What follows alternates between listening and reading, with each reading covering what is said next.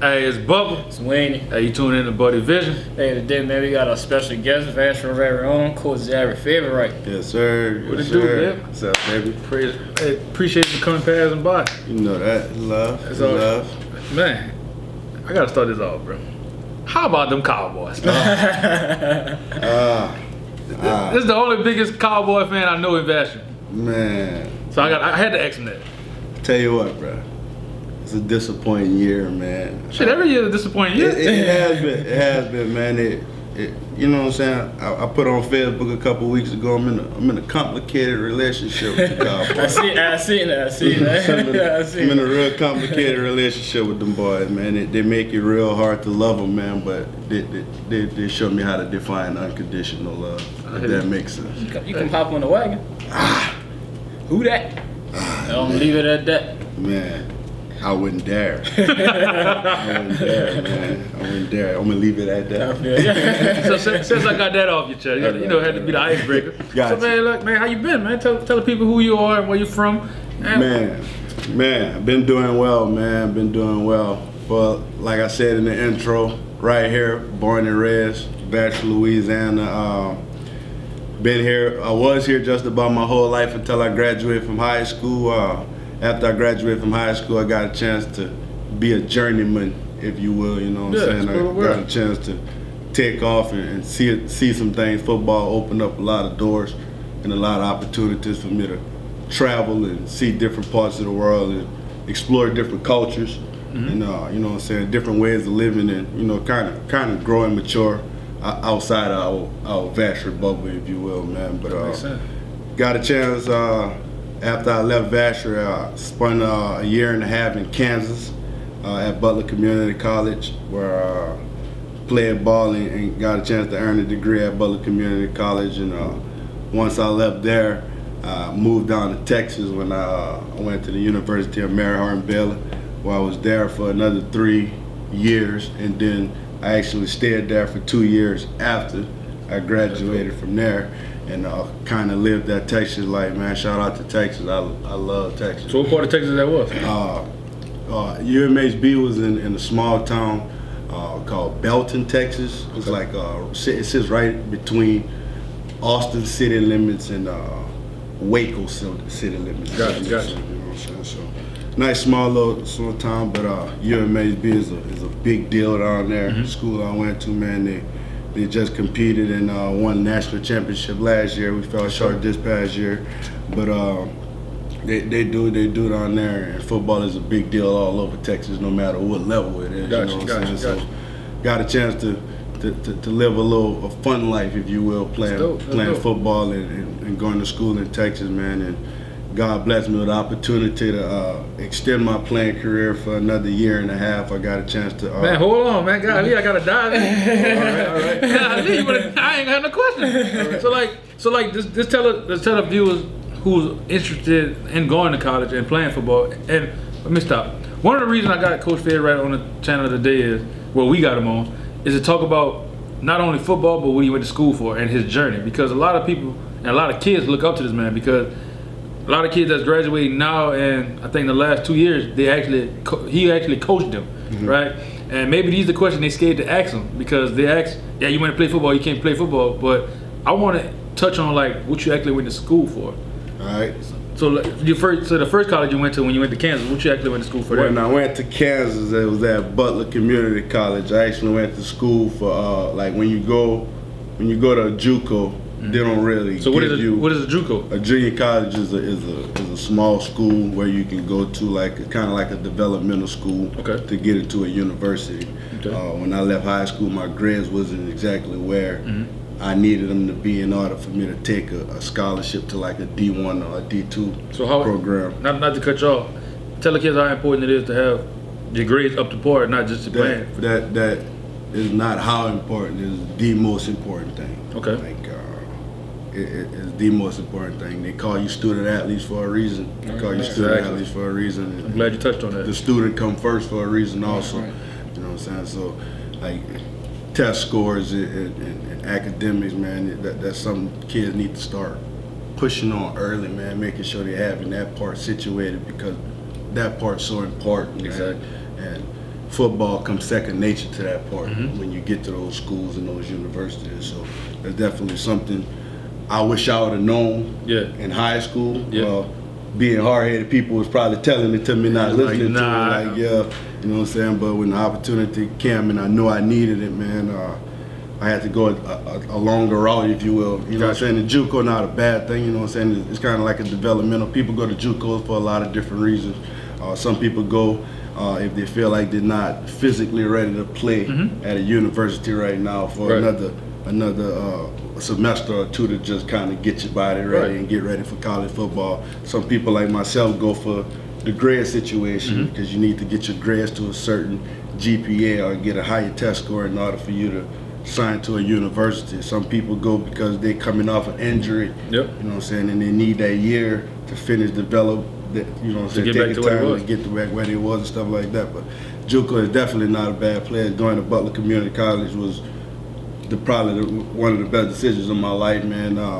Just because it gave me an opportunity to leave here and go out there and experience what life is outside of Louisiana, and then actually have to get on your own type of grind and your own mental stability in order for you to pass classes, survive out there in a world that you have absolutely no idea about at 18, 19 years old. That's true. So at Butler, what you went to school for? When I went to junior college, I studied science. I studied science. I got an associate's in science degree. So I took basically, the way junior college work is, you're gonna take every course, like every core course. Like you're gonna take all your algebras, all your sciences, all your language arts, and all your writing classes and stuff like that, all your speech classes and stuff like that. So what you do is you keep building that, and all those grades transfer into a university. So basically you get, I knew I was going to end up going to the university wherever I was going to and study education to get my bachelor's of science in education. You know what I'm saying? So I started on that route right there, was taking classes and courses that was going to transfer over into the university. And like I said, I ended up leaving Butler with my associates in science degree. That's dope. Year and a half, man. God bless me to do that in a year and a half, man. So that's good. That's big time to say I barely even graduated from St. James, you know what I'm saying? And then make it out of, you went to Kansas, made it on your own, and come out with a degree. Yes, sir, man. It's kind of a blessing, man. All right. I mean, most people, they'll face, like you say with your grades. Leaving high school, you got to go to a junior college. Most people, they wouldn't even want to take that stuff. Like, what made you actually have the courage to take that stuff? Some people feel like, man, I got to go to a junior college or something like that. I ain't got time, but I ain't gonna do that. What gave you the courage to take that step? Man, I guess just basically just hungry for an opportunity to do more. Right. You know what I'm saying? Just coming from an area like we from, man, it got so much people that we look up to, as myself, like look up to people that played the game before us, and you know what I'm saying, that, you know, had so much talent, way more talent than I could ever even think of, that just didn't get the opportunity to go out and do it at another level, you know what I'm saying? Right. Not for their own different reasons. I'm not saying whatever reason it is, but for their own different reasons, they didn't get a chance to go out and do it on another level. Like, you can probably count the college football players on two hands from St. James High School, all the talent we done had through there. You can probably count them on two hands that said they went to play college football and finish college football and stuff like that. So I think for me, it was just hunger for an opportunity to do more, just not wanting to give up. Like I said, I've been playing football since I was 5 years old. Like, whatever opportunity I was gonna get to keep that going, like I was gonna jump on it, no matter if it was going to Alaska. Like, boy, it's cold out there, boy. You tripping? I'm gonna bundle up and go play football, dog. I'm telling you. So like for the kids who like in school 9, it's like the talent that we got in school 9, like you said, a lot of the kids, all the talent we got that passed through here, a lot of kids don't get to play on the next level, you know what I'm saying? Like, for the kids who do have the opportunity, like, what advice would you give them? What would you tell them to look forward to going into the next level? Man, just take every day as another opportunity to get better. Like, don't miss out on it, because it's so much it's so much revenue it can bring. It's so much opportunity it can bring. It's so much life-changing events it can bring on so many different levels if you just do this thing the right way, no matter what type of opportunity it is.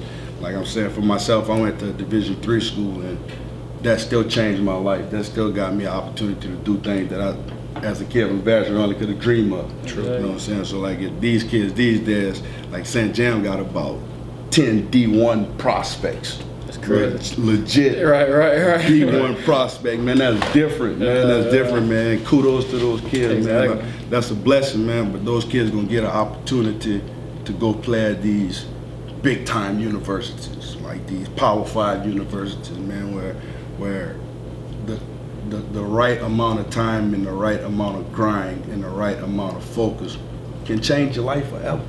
I like that. Yeah, you gotta make sure you get that. Like, can change your life forever, man. You know what I'm saying? So like, man, every single day you find the opportunity, just go get better. Right. Just no matter what you're doing, man. No matter if you gotta study, play, but do extra in the classroom. You know what I'm saying?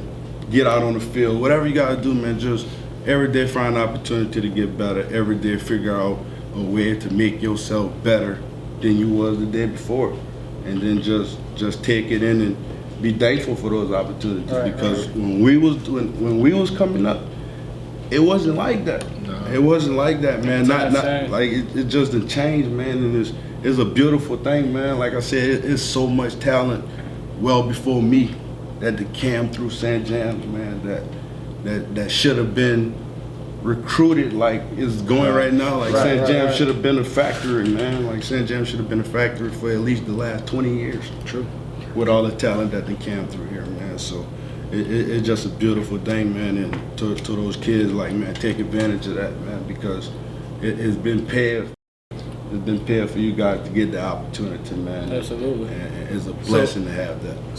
So after you finished your year and a half at Kansas, and you went to Texas. So what did you study there, and how that went? I studied education there. Okay. I studied education there. I had a bachelor's in interdisciplinary studies with a minor in education. I did interdisciplinary studies came with a lot of like the sports management stuff like that. But my focus was, my concentration was education, and my second concentration was sports management. You know what I'm saying? So when I graduated, I got a bachelor's in science and interdisciplinary studies with a minor in education, but the minor came with a double concentration, which was education and sports management. That's dope. That's dope. Yes, sir. Because a lot of people don't really know what you even went to school for. I know it. Because actually, I talked to the guy that you coach. They say they're younger than you. Mm-hmm. I guess these are the questions they're scared to ask you. You know what I'm saying? But I don't know why, because you done went down the road where they're trying to go. Right. You know what I'm saying?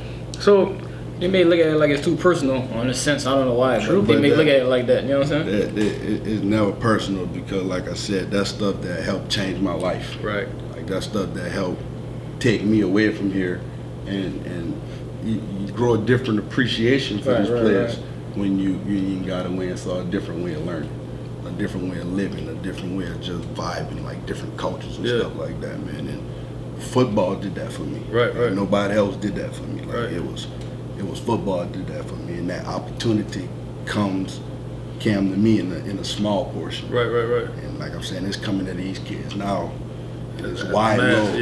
It's mass load, man. Like, I'm trying to tell you, like, the right 2 years at the right program can change your life forever. True. So I was talking to, I ain't gonna say his name, but Six, right? We were having a conversation. I told him to treat college like a business. Right. I'm gonna ask you how you feel about this, and I explained why I say treat it like a business. Because at the end of the day, these colleges want you to come play to make their school better. Right? But you also got to get a degree out of this. Don't just go to colleges to play football. Right. Make sure your mind is there to get a degree. Because at the end of the day, like you said earlier, you as a student athlete. Right. So how you feel about you should treat going to college and playing football as a business? I feel like that's 100% accurate. I feel like we use football as a middleman to get to where we really need to try to be. Gotcha. You feel what I'm saying? Ultimately, we need to get these degrees. We need to graduate. We need to bring that percentage of us young blacks getting degrees, finishing school, getting good jobs, and doing things providing for families and stuff like that. We need to break that curse. Exactly. We need to get that right in the generations to come. You know what I'm saying? So, like, basically, we use football as just a centerpiece. Like, football is a fun activity. Think about it. Yeah. We used to pay to play football. Yeah. Yeah. Like, you feel what I'm saying? Like, like we used to pay. I used to have to pay my little $40 and go back there at Vassar to play football. You feel what I'm saying? Shout out to the Vassar Rams, man. Shout out to these Vassar Rams. Yeah. You feel what I'm saying? These people gonna give you a full athletic scholarship Exactly. to come play football. Yep. And so how that full scholarship work? Like once you get a full scholarship, you just good after that? Like how does that work? Because a lot of people really don't know how that works. Man, if they give you a full ride, man, you just show up with your bags. Come on. That's how it work. That's how it work. Show up with your bags, man. You have some things you need to take care of, but basically, like, where you staying at, what you gonna eat, your education, your books, your tuition, all that's taken care of. So it's like, is it a yearly thing? Like if you're a scholarship for 4 years, is it like every year they got to sit back and review your scholarship, or it's like they give you the 4 years, you got the 4 years as long as you take care of your business? Basically, as long as you're taking care of your business, you got your 4-year scholarship. That's why they go through so many different hurdles and stuff when you're ready to transfer, because you done signed at this school. Right. You know what I'm saying, for this long term. But basically, if you sign that for a scholarship, pretty much good. All right. Pretty much good. So let's touch on. I guess we would touch on the rings before I touch on my next question. So like these rings, these big ass rings. You're flossing them. Yeah. So man, let the camera get a little close up with that. Man, tell us about that. Man, That's what it's about to me. University of Mary Hardin Baylor, man. Like I said, man, the school I went to, they when it comes to football, they do some pretty big things, man. I was blessed to go. The 3 years I was there, man, I lost 3 games total. Wow. And it got an ESPN highlight top 10. I was looking at that. Man, I lost 3 games total, man. I went undefeated every regular season I was there, man. Dang. So these rings come from undefeated conference championship rings, man. That's good. That's good. I got one for every year I was there. Dang. I got one for every year I was there, man. Like I said, I'm blessed to be a part of that program. Like I'm blessed to be a part of what they building, like a part of what they've paid, a part of where they are now, because they 3 times bigger than these right now. Because like I said, they win in the Natty. Yeah. They got to, like, I ain't got a chance to win the Natty, man. You know what I'm saying? So they're down there. They're down there. As a matter of fact, out of all the football in Texas, UMHB is the most winningest college football program in the whole state of Texas. They got the Longhorns down there. And that's a Division III school, man. They got the Longhorns down there. Yeah, and they're only 45 miles from the Longhorns. Come on, man. That's right there. They're right down the road. Shout out to Austin, Texas. So, I mean, you done went to Kansas, you done went to Texas, you ain't never got homesick. How you deal with being away from home? Because a lot of kids rather leave, and they probably ain't gonna know how to deal with it. How you deal with being away from home? I tell you what, man. Yes. Man, yes. Homesick, yes. Man, so many times, dog. But one thing my family taught me was about how to pray. That's one thing, man. And my mom like my dog. My mom like my best friend. Dog. Shout out to mom, man. Give mom a shout out, man. She already know what it is, man. Like, my mama like my best friend, man. So, like, my mom was always one call. Like, if I got to sit down on the phone with her for 10 minutes or 2 hours and 10 minutes. You feel what I'm saying? Like, we gonna get through it. You know what I'm saying? But again, man, it was just, man, I knew in order for me to better myself, I had to take advantage of this opportunity. You feel what I'm saying? In order for me to get away from Vassar and have a different type of life than the average in Vassar live, you know what I'm saying? I knew I had to take advantage of being away from here. You know what I'm saying? And that's basically what it comes down to. At the end of the day, it take a lot of mental toughness to be like, I left Vassar and went to Kansas. Right. Like 19 years old, man. I ain't never left Vassar, left Louisiana in my life.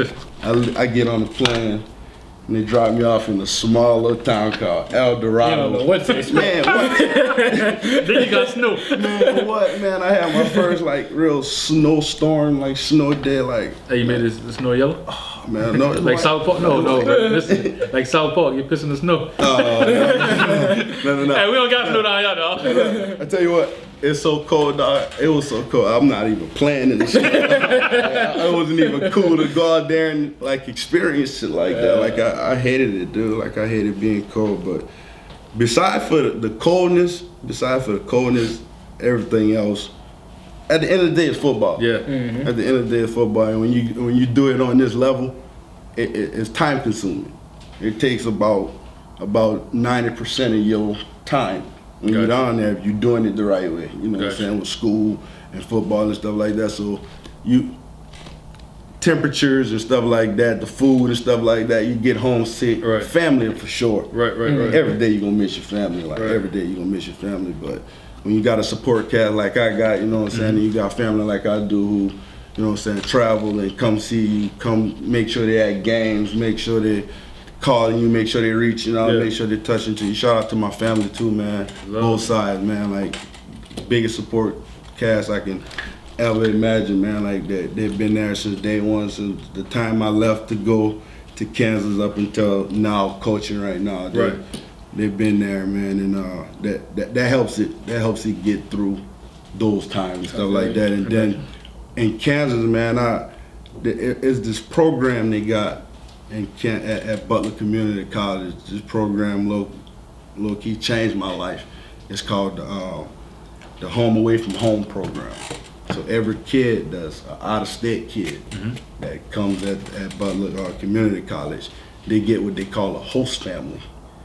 Like these people that's from the area, that's big fans of the college and stuff like that, and their job is to solely just make you feel like you're a part of the family. Just show you some love. But dope. Man, I was blessed with the dopest person in America. Give him a shout out. As a shout out to Miss Nikki Clem.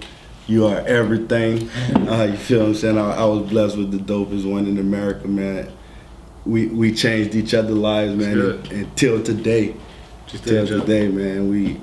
I love her like she a part of me. She just christened my son. Come on, man. Yeah, she just flew out. Yeah, that's love for real. She is my everything, man. Good. Like she is family. Her and her daughters are the world to me, man, and I cherish them just like I cherish Belinda and Essence. That's good. That's good. So yeah, man, that definitely helped me get through my Kansas woes. That's good. That helped me because she took care of me. She when I tell you she took care of me, she took care of me, and I'm gonna love her forever. That's good. Love her forever. So just switching gears. So like now I guess you're older. Football is over. So how did you transition to the coaching scene instead of just keep on playing football?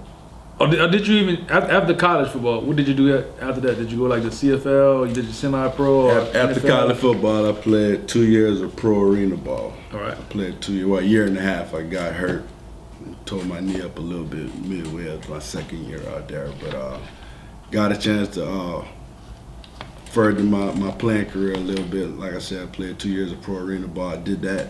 And after I got hurt in arena ball, after I wrapped up my last year arena ball, and that's crazy how life go full circle.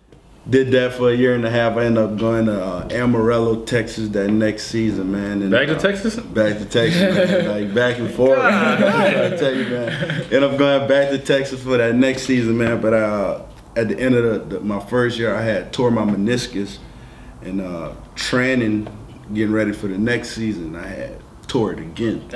The same meniscus. Come on, man. I partially tore it the first time, but during training sessions, I completely tore it the next time. And what they did was they ended up removing the whole thing. You know what I'm saying? And, which is basically you can move and you can play on it and stuff like that. But I play arena football, man. I'm running on basically concrete. Right. You know what I'm saying? So, man, like I was getting through camp, man, and after every practice, after every workout, man, like my knee was just swelling up, man. It was just uncomfortable. It was just uncomfortable, and then like I just felt like I wasn't gonna be able to do it the way I was supposed to do it, man. And then at that time, Essence had to have my little nephew. I hadn't even met him yet, you know what I'm saying? Like, he had been here about 3-4 months, and I hadn't even met him yet because I was training, playing ball, doing this, doing that, man. So I was like, you know, something, I'm going to take a break from this season, man. I'm going to step back, you know what I'm saying, and go back home and spend some time with the family, man. It just happened when I went back home to spend some time with the family. I never left. I never left. So that got you into coaching. Coaching, man. That year, man, my little cousin Junior was Shout out to Lowell. Yeah, shout out Lowell, man. He was a phenom at the time, man. You know what I'm saying? I was already jealous, man. I'm watching his 10th grade year from the computers in Texas and stuff like that. You know what I'm saying? So I got the opportunity, and I was just around it. I was just surrounded it, man. Big shout out to Coach Dwayne Jenkins, man. Coach Dwayne Jenkins gave me my first coaching job, man. He didn't hesitate. He didn't think twice about it. He didn't question anything, man. I went to this man for opportunity. This man granted me this opportunity. I'm forever grateful for you, Coach Jenkins, man. You are a blessing to my life. You helped me change my life for the better. You know what I'm saying? So Coach Jenkins gave me my first job, man, and I was completely lost in the coaching world, man. Like, I mean, I know football, but I had just got done playing on the field a couple months ago. Right. Like, so I'm still in. So what made it feel like you were so lost? Like, what was the different transition from playing to the coaching aspect of it? It was just that I wasn't doing well separating it at first. I got you. Like, I was going to practice like. I'm getting on the field. Time to practice, huh? like I'm doing more demonstrating and doing the stuff and than actually teaching. Right. You feel what I'm saying? And like, man, like I said, and I watch Coach Jenkins. I watch Coach Dago. Yeah. I watch them dudes my first year, man. I just sit back and I watch how they did things. You know what I'm saying? And anybody, if you're looking to do something good in any craft, man, you're gonna look at the people above you, you know what I'm saying? And you gotta have role models. You're gonna have people above you, man. So I was just looking at how them boys doing it, but man, my passion so strong for that game, man. Like still to today when I coach in college, man, I go out there with my cleats on every day. Right. Like, you feel what I'm saying? Like, my passion's so strong for this game, man. I love this so much. You know what I'm saying? I just gotta be hands on with it. I gotta be hands on with it. So since you said since now you is a coach at a college, so like how that transition from didn't know nothing, well, I guess it was a different feeling in high school to now as a college coach. Again, just learning, it just took a lot to just learn. Especially my second year coaching, man, I got demand. I got to work for Mr. Coach Valdez. Yeah. Like I got to work for Big Gamba. You know what I'm saying? And I got a chance to learn from one of the best in the business, man. I just sat back and just observed him a whole lot. You know what I'm saying? I just sat back and watched him do his thing, man. Just watch how he rolled. Yeah. Like, you know what I'm saying? And how he still got his Sam love and his Sam passion for it. You know what I'm saying? But he like a general what he doing. Gotcha. He like a general what he doing. And for me, my biggest thing what helped me separate myself in this coaching thing is like I pour into the players. That's right. Like, you feel what I'm saying? Like, I don't just care about if they're making tackles for me. Like, you feel what I'm saying? Like, gotcha. I'm gonna love on you like you my little brother. I'm gonna make you feel like you're important to me. Right. Like, you know what I'm saying? That's why Lamont, you done had a conversation with Lamont, man. Lamont in my heart, man. That's good. Like Lamont, that's my dude. Yeah. Like, you know what I'm saying? From Tyler Stipe. Like, from day one, them the dudes, my dude, them kids was in 10th grade, my last year coaching that same going to LSU you know with you. Like, going to camps, spring games, and all these little things, man. Like, you know what I'm saying? That's little things compared to what the bigger picture was. You know what I'm saying? Them little things help. That's building block. That's building block. That's building block, man. And just like I like to build a relationship with my players, man. I like to know them. Like, I don't just want to know their skill set. Right. So I want to know you, man. I want to know your whereabouts. I want to know how well you're doing, what you're thinking, why you're feeling the way you're feeling and stuff like that, man. And once I get to understand who you are as a person, then I can know how to coach you and help you. You know what I'm saying? You can't coach every player I was just going to the exact same. Yeah, Exactly. But You it's can't every coach player got different personality. for real, like man, true. like How you deal especially with on the that. college level, man. Like we got like 18, 19, 20, 21-year-old kids, like in a circle. Yeah. Like you feel what I'm saying? They come from all these different parts Yep. of the country.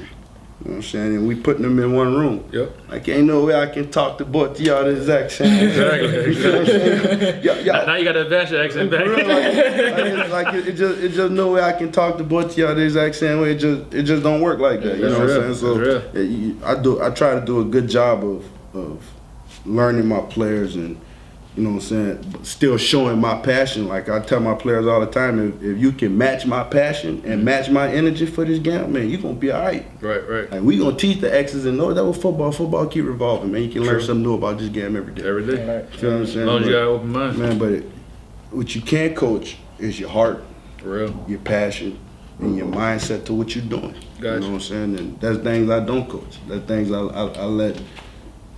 learn got how you. to deal with. You know what I'm saying? So tell the people what college you're coaching / working at now, and what position you coach. I am the defensive back coach at Methodist University out in Fayetteville, North Carolina. I will say, man, you back in Kansas? No, man. I am in Fayetteville, North Carolina. First time on the East Coast, man. Like I said, football giving me opportunities that I never even thought about doing it. Yeah. But let me tell you how life come full circle. Oh boy.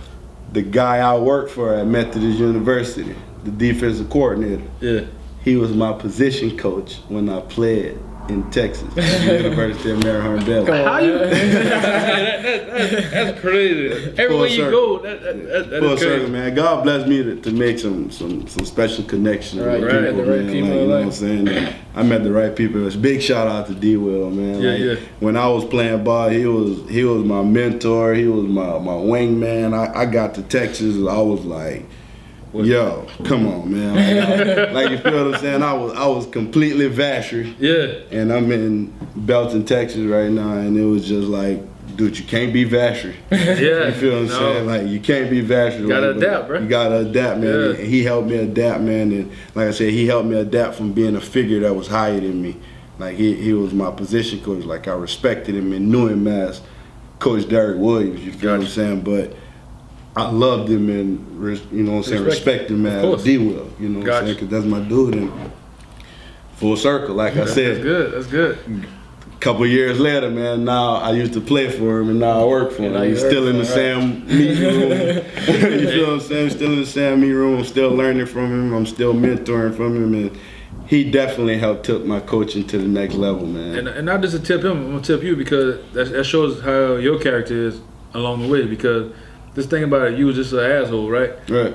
Who want to hire an asshole? I had to put up with you because I had to. They recruited you. Right. But now it's something to work with you. Right. You know what you're bringing to the table. Right. So And like I I'm said, gonna tip my hat out to you. You know what I'm saying? Like I said, man, it's a big shout out to him, man, because from day one as I met him, like, he was always like a mentor, a big brother. Like he always gonna make sure I'm doing things the right way. That's good. Like, you know what I'm saying? Not doing things for me. Like not making me get by and skipping parts of the process. That's good. He gonna make sure I'm doing it the right way. You know what I'm Gotcha. saying? Making sure I'm taking care of where I'm doing it the right way, man. And again, man, like I said, my coaching, man, it evolved because I learned from so many different, and now getting a chance to play for him and work under him now, like, that would definitely separated me in my coaching. Now I can say I'm really close to figuring it out now because I'm learning from what I think is a guru. Gotcha. Every single day. Like, I'm in the lab like he gotta run me sometimes.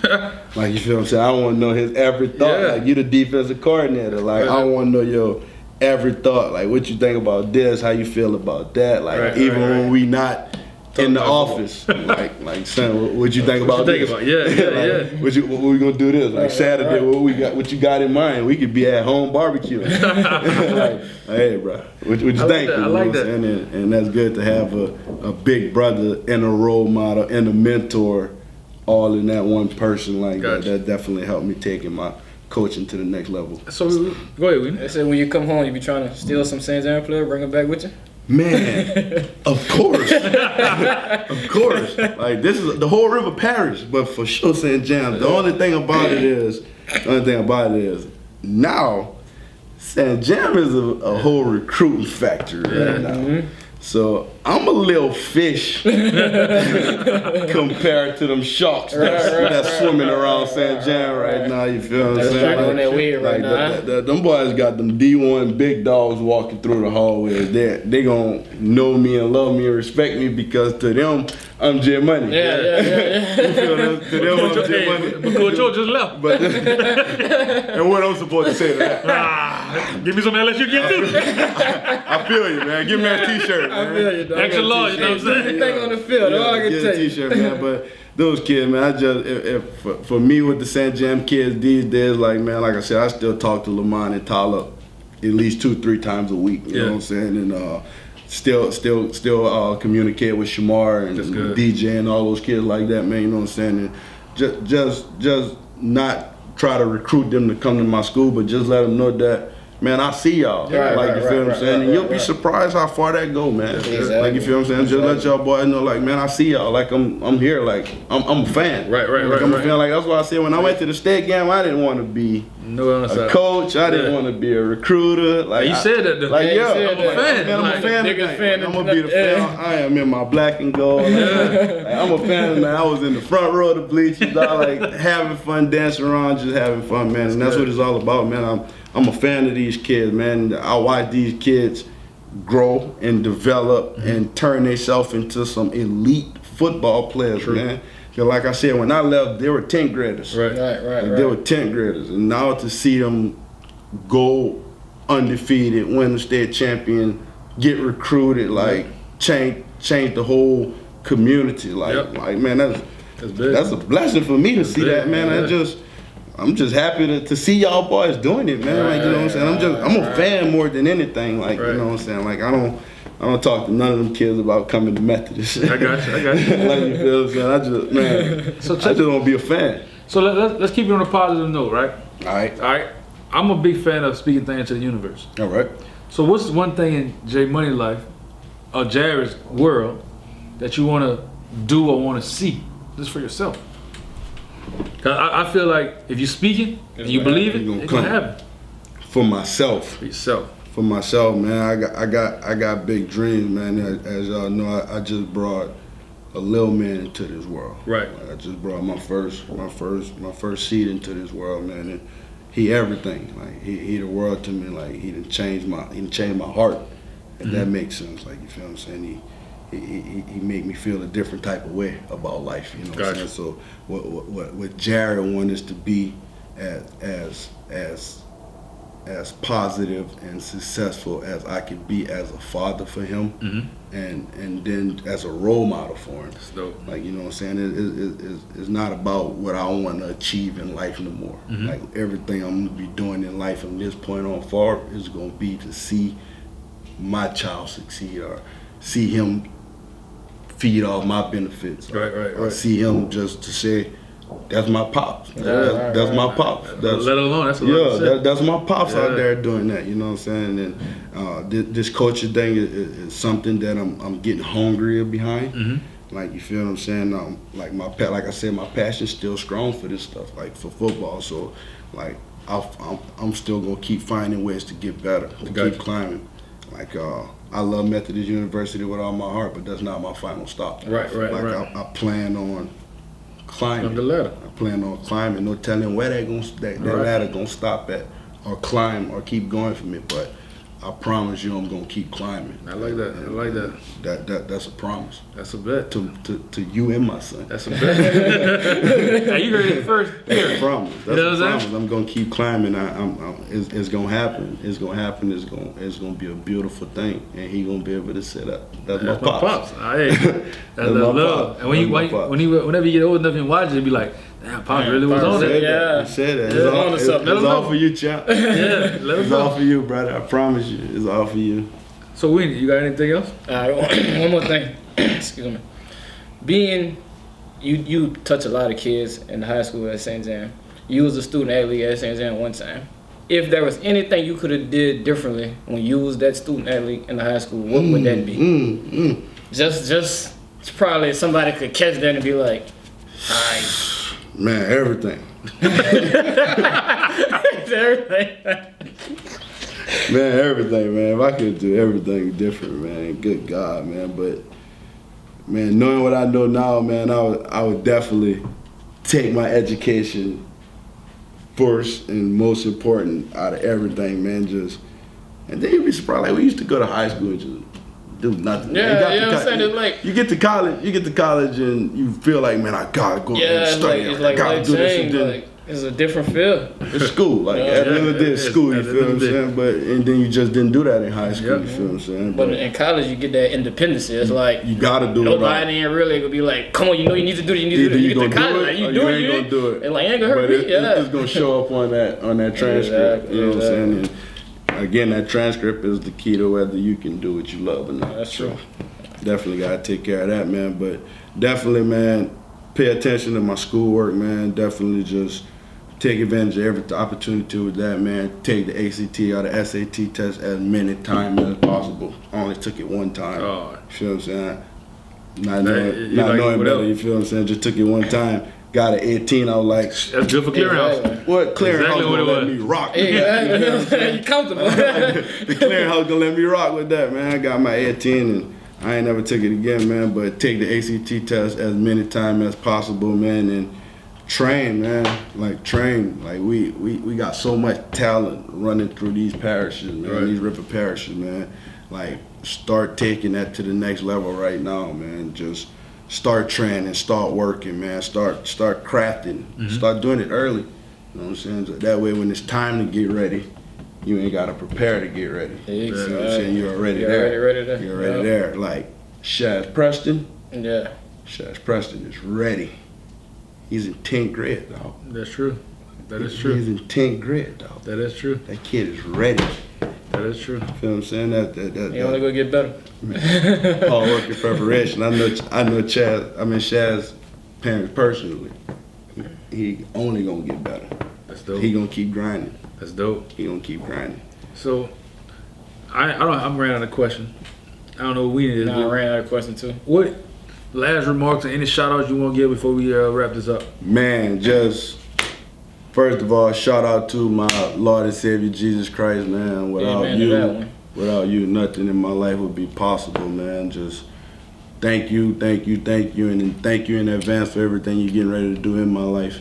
Man, shout out to y'all boys for having me, man. This has been an awesome opportunity just to come out here and share a little bit. You know what I'm saying? Hopefully, my story was enough to help somebody, help a kid along the way. You know what I'm saying? Maybe help an adult along the way. Right. You know what I'm saying? And just shout out to my family.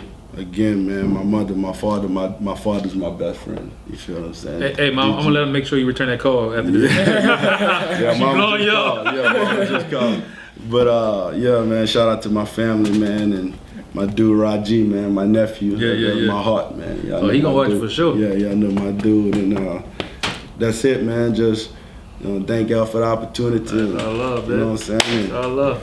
Thank y'all for letting me share, and hopefully this interview can help somebody along the way, and may God continue to bless everybody along y'all journeys in life. Peace. Hey, on that note, I can't even say nothing else. GGBU is Bubbles. Wayne, Holla at you. signing up. Yes, sir.